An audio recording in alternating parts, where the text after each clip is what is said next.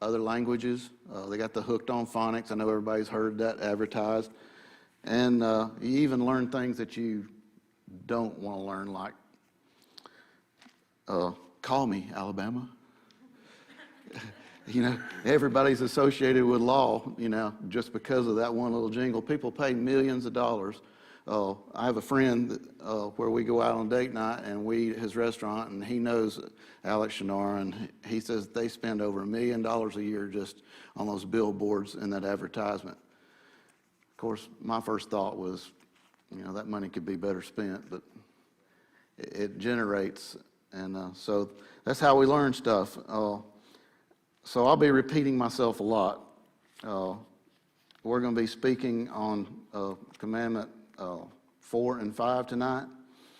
And the Bible says that speaking directly to the conscience brings knowledge of sin. So to effectively witness, we have to understand that most worldly people, that their human understanding has been darkened. And it says in Ephesians 4:18 that they can't understand because they are in the dark. They, the world, are excluded from the life that God approves of because their ignorance and their stubbornness. I don't know why that word stands out, ignorance, but I've seen it a lot in the Bible this week. It was like, I never really noticed that word before, but I've seen it a lot this week. So the conscience is where God gives light to every man. And the word conscience, conscience, means knowledge. And every time I get into this stuff, I start looking up stuff, and you just start digging in. That's what's good in the mornings, when you get there in your Bible study and you just start with a little something. Next thing you know, boy, you've dug in this, and you got to get over here in this Bible and dig into this and read it another way. And the Bible app on your phone is just a great resource. It has 20 different translations, and I like the God's Word because it reads real easy. And a lot of people, like the King James, there's nothing but that. So some people don't even feel guilty when they do something wrong. I know at one time in my life I was probably like that. And it has a big effect on you. You become scarred, and you don't have any sensitivity. And you can just do anything, say anything, and it just won't bother you. I mean, I'm around people all the time that can just say anything and never think a thing about it. It's kind of like your smoke detector. You take the batteries out of it so you don't hear the alarm. But you're risking your life because it can't do its job if it doesn't have the batteries in it. So your conscience is speaking to it, and you're supposed to listen to it. The third commandment, or the first commandment that we went over, was to have no other gods before me. I'm just paraphrasing. And we talked about that, meaning it could be money, hobby, sports, relationships, or yourself. And then the second one was no images or idols. And we talked about how you shouldn't have any, he says not any images of other gods or him. And I think one of the main reasons was because no one's ever seen him. And if you're imagining what he looks like and you're worshiping your imagination, you're not worshiping the one true God. This third one was not to use God's name in vain. We talked about that. Mostly people think of that as cursing, showing disrespect toward God. Ray Comfort says, would you use your mother's name in vain? No, because it shows disrespect to her. And most people, that would be fighting words. Most men, if you start talking about somebody's mother. Being flippant and saying, oh my God, or oh God. And hey, I'm guilty of this one too. I don't say OMG, but I have a habit of saying, oh Lord. And that's flippant. I'm trying to break myself. So now I'm switching to oh goodness. You got to switch to something because something's going to come out of my mouth. And the other one is making vows that you don't keep, praying when you don't believe that you'll have answers to prayer. And I gave several different scenarios on that. So switching to the fourth commandment, I'm paraphrasing, says to remember to keep the Sabbath day holy. So this command was rooted all the way back into the Genesis account. If you read all the way back to Genesis 2 and 1-3. It says, and on the seventh day he rested. Well, I thought that was kind of odd because always when I read it, I got the impression that it was like God was tired, like he needed some rest on the seventh day after doing all that.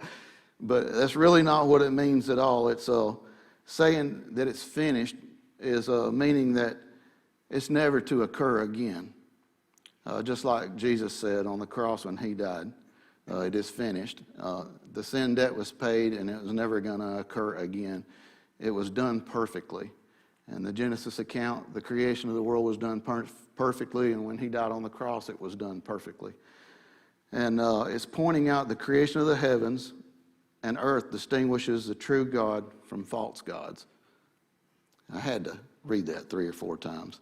I know Red, he repeats stuff. And I know it's because people don't always hear stuff the first time.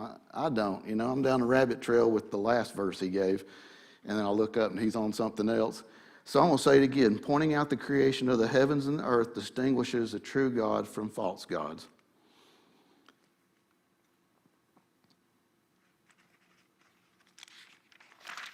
In Mark 2:27, it says, the Sabbath was made for mankind, not the mankind for the Sabbath. So when God talked about that day of rest, he knew in the near future that people would need a day that they could rest from their labors, and that was something he instituted from the very beginning. Jesus, and a lot of people say that, Jesus didn't adhere to the Sabbath. Well, he didn't, and he was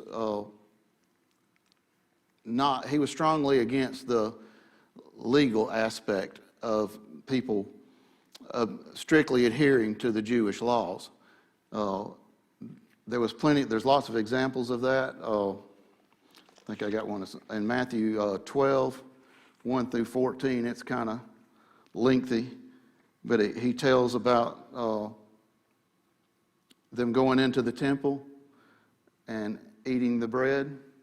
And he talks about them being in the grain fields and eating the grain in the fields. And he talks about healing the man with leprosy on his hand on the Sabbath. And I got a little bit ahead of myself, but he says it is lawful in Matthew 12, 1-4. So he says it's lawful to do good on the Sabbath. So why do Christians observe the biblical Sabbath? Mostly by tradition, we don't. The Sabbath is on Saturday from Friday evening to Saturday evening. And the Jewish people still adhere to that. They still do that. But because Jesus rose on the cross on the seventh day, a lot of the Christians and Gentile Christians referred to that as the Lord's Day. And they regularly attend church on Sunday. And Jesus did both.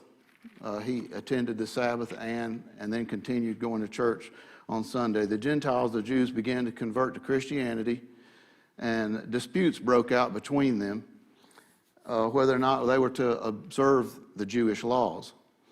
So this is just history that I got on one of my lessons. About 50 AD, Paul, Peter, and James and other leaders met in a council called the Council of Jerusalem and determined it wasn't necessary for Christians to observe the Jewish law.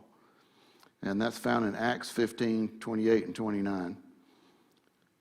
Just a little more history on this before we go to the next one. It was in early centuries, all the Christians and Christian communities were under the control of the Roman Empire. Constantine was the first Roman emperor to convert to Christianity. And he proclaimed Sunday to be a legal day of rest. He wouldn't let any city employees work, no craftsmen, and none of the judges could work. And so today, most Christians follow the tradition of worshiping on Sunday instead of Saturday, but Saturday is still the Sabbath. The fifth commandment was Exodus 20:12. It's honor your mother and your father, that your days may be long upon the land which the Lord has given to you. So it's really the first commandment with promise. The other ones are instructive. We went over in the first one's how, told you who to worship, how to worship, and then you get down to this one, and it gives promise, because it says, and your days will be long upon the land if you honor your mother and father. It reminds us what he gave us. Jewish word for honor is kabod, and it means heavy or weighty. And I thought that was funny, kabod. The Jewish people have some odd words, and we used to have a joke, me and the guys did, and we called each other kebab, and that was real close. And so to honor someone means to give weight or grant a position of authority. In Luke 5:251, says, he came down to them to Nazareth and was submissive to them, and his mother treasured up all these things in her heart. So even Jesus took care of his parents. When he was fixing to go to the cross, he asked John to take care of his mother like she was his own. So not only did he obey his parents in growing up, but he made arrangements for her to be taken care of after he was gone. So to honor them is to esteem them, to respect them, and to obey them and give them rank. And I thought, give them rank, so since I'm ex-military, that meant a little more to me because it is position. And everybody has that position, and they earn that position. They go up through the stages of the rank and the studies, and you get your due. When you put that stripe on, somebody refers to you by your name and your rank. And so parents have high ranks, believe me, because they call the shots in the household. Mine always did. I was raised by a military officer, so there wasn't any funny business at my house, and I guarantee you my dad and mom did not spare the rod. And kids are just naturally sinful. I'm going to get off on children here for a minute. If you just look at what happens when you leave them alone for a little while. What happened, I was probably a terror of a kid. I know I got whipped a lot, but I couldn't wait for my dad to get out of the house, so I could go get in his stuff. And his stuff was off limits, but I couldn't wait for him to get out. He smoked Camel cigarettes, Real Men, the non-filtered kind, and had a Zippo lighter. Everybody had those Zippo lighters back then. You had to refill the lighter fluid, and you had to put the flint in them. Well, when he would go to work, I could get a hold of the lighter fluid. So I had all these little plastic army men, and one had the flamethrower, but it never threw a flame. So I would get his lighter fluid, and I would get out in the dirt and set all my army men up, and that flamethrower worked. Believe me, I melted more army men. And, and we like to go to the woods. Kids just naturally like to get off, just, what are they doing in the woods? I don't know, they're beating on a tree with a stick. But I got sent to the woods a lot, and it wasn't just to go play. After my dad found out I'd squirted his whole can of lighter fluid out and put it back like it wasn't missing, I ended up going to the woods for some switches. The moments of fun or pleasure are temporary, and they're outweighed by the penalty. But we don't think about the penalty, when we're enjoying whatever it is that we're going to get in trouble for. I wasn't thinking about getting whipped when I was burning up my dad's lighter fluid. I can tell you that. Proverbs 29:5 says that the rod and reproof give wisdom, but a child left to himself will bring his mom and dad shame. If I were given more than an hour out of my mom's sight, I guarantee you I was into something. She had to call me up once an hour. Where are you at? What are you doing? Who are you with? Because, I just naturally got into everything. And I've got a little better. Parents always make the right decisions. They may not make, I take that back. They don't always make the right decisions. They may make their kids do things they're not supposed to do. They may involve them in things they're not supposed to be involved in. But out of respect, you should do what your parents tell you, regardless, because they're accountable to God. And on Judgment Day, they're going to answer for what they didn't do right and what they were entrusted with. You got to remember that you're not raising kids, you're raising adults. They're only 15, they're 15 before you know it. And then they're thinking for themselves, and you get that, I know. It's the first thing out of their mouth, and you start trying to tell them, I know. No, you don't know, you're 15. Listen to me. But believe me, they haven't gained wisdom by just coming out of the shell and having kids. They know this because they've been through all this. And and I was probably 45 before I realized that my mom and dad were the smartest people on the planet. They were just really good people. I had good parents. That's why we need to notice, to learn, and notice to accept authority. This helps society as a whole. Kids need to learn how to obey their peers. If the parents don't teach them, when the cop tells them not to put their hands in their pocket, they could get shot. You have to do what authority tells you to do. And they won't learn that if they're in the absence of a broken home. In my opinion, that's probably the worst thing that ever happened to kids, is to be in a broken home and not to have a mother and a father. Because if I could get into all that I could get into in an hour, what can they get into in 8 hours at home by themselves? Or 3 other siblings, or the kids next door. It's just a bad mixture. It's just waiting for something to happen. My mom did work as I got older, but she waited till I was old enough that she trusted me. And she still called and checked in because I still got into stuff. It just comes natural. Sin does, especially as a child.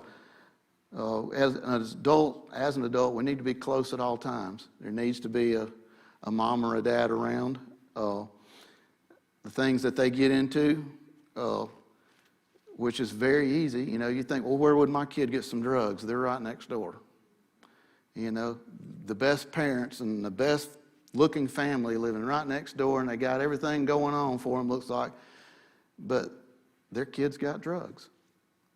And so you got to watch who little Johnny's playing with. Alcohol, it's in most people's cupboards. Dad's got a stash somewhere, the kids know where it's at. Guarantee you. And if it's not locked, they're going to experiment. Promiscuity, sexually transmitted diseases, suicide.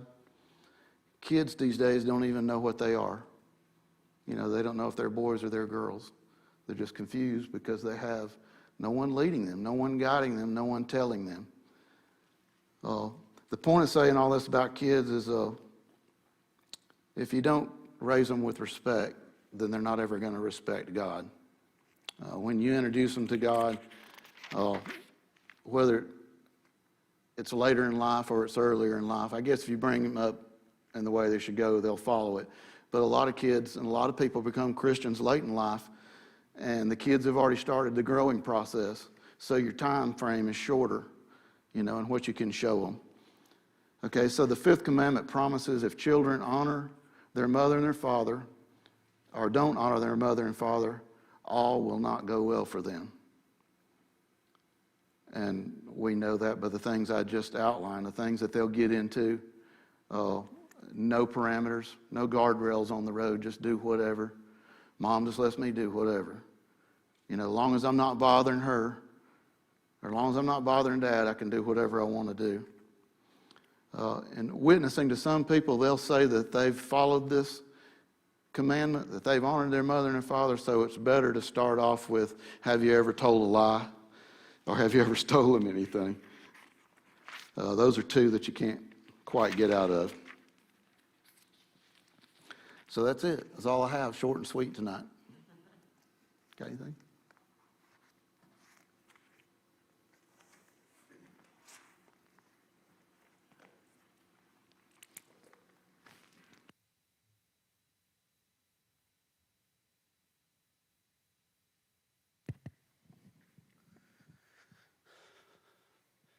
I do have a question for Tim.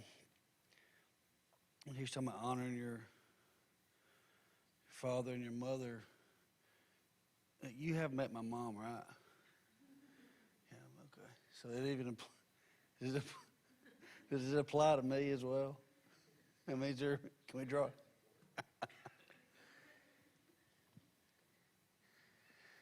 You can go ahead and shut us down if you like.